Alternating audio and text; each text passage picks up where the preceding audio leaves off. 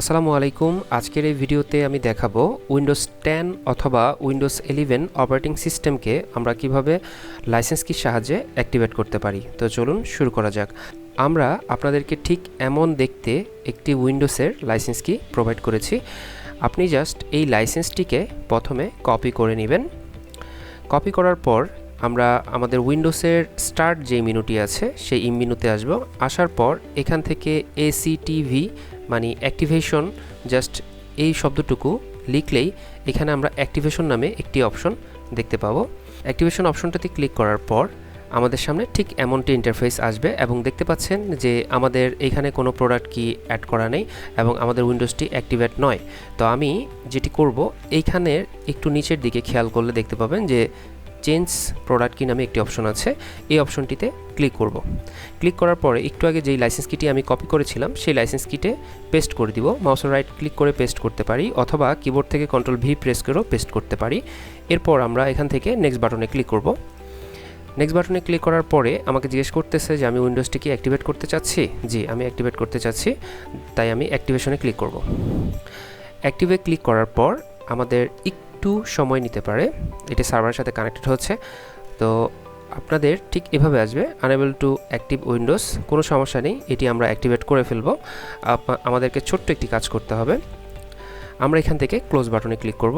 দেন আমরা একটু নিচের দিকে এখানে দেখতে পাচ্ছি অ্যাক্টিভেট বাই ফোন নামে একটি অপশন আছে। আমরা এই অ্যাক্টিভেট বাই ফোনের মাধ্যমে এই লাইসেন্স কিটিকে অ্যাক্টিভেট করে নিব। এখানে ক্লিক করলাম। করার পর আমাদের সামনে একটি রিজিয়ন সিলেক্ট করতে বলবে। যে কোনো রিজিয়ন সিলেক্ট করলেই হবে, না করলেও কোনো সমস্যা নেই, যেটি আছে সেটি থাকলেও কোনো সমস্যা নেই। আমরা জাস্ট এখান থেকে নেক্সট বাটনে ক্লিক করব। নেক্সট বাটনে ক্লিক করার পরে দেখতে পাচ্ছে এখানে একটি ইনস্টলেশন আইডি এসেছে।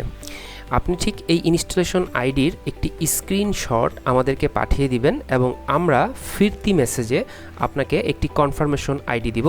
সেই কনফার্মেশন আইডিটি এইখানে পেস্ট করলেই আমাদের উইন্ডোজটি অ্যাক্টিভেট হয়ে যাবে। তো পুরো প্রসেসটি আমি করে দেখাচ্ছি।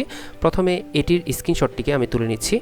স্ক্রিনশট তোলার জন্য আমরা কিবোর্ড থেকে প্রিন্ট স্ক্রিন বাটনটি প্রেস করলেও হবে। আমি কিবোর্ড থেকে প্রিন্ট স্ক্রিন বাটনটি প্রেস করলাম।